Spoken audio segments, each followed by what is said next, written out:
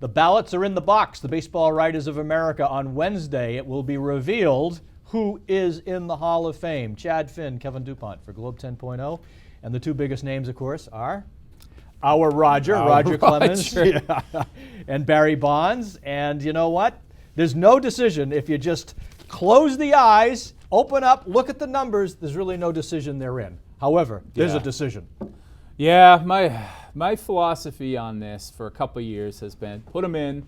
They were great Hall of Fame caliber players before the timeline started where they were accused, and there's a lot of evidence, even though they weren't actually convicted, there's a lot of evidence that they did things to enhance themselves.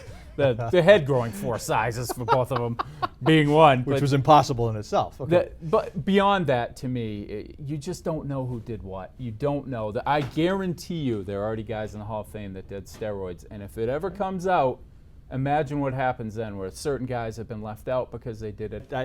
I could make a whole show out of this, but briefly, I did vote because I was a 10-year member. I got to the point I was voting. I wasn't in baseball enough. I surrendered my vote. This was 20 years ago now. I didn't like it then because guys were profiting off the vote or had the potential to profit off the vote. They still do. I didn't like that aspect. Mm-hmm. And now, you know what? When all of this said, I've said this for a number of years now.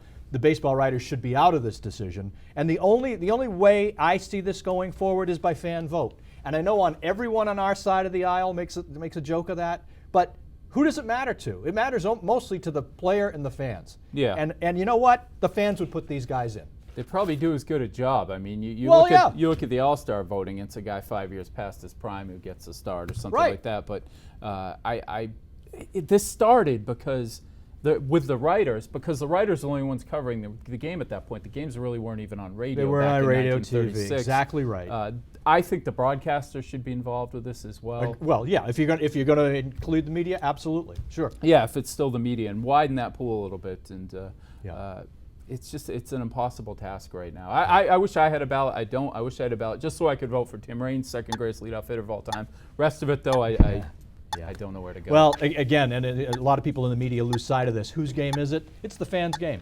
And you know, at this point, give it to them because it's their game. They have to live with it. They can have it.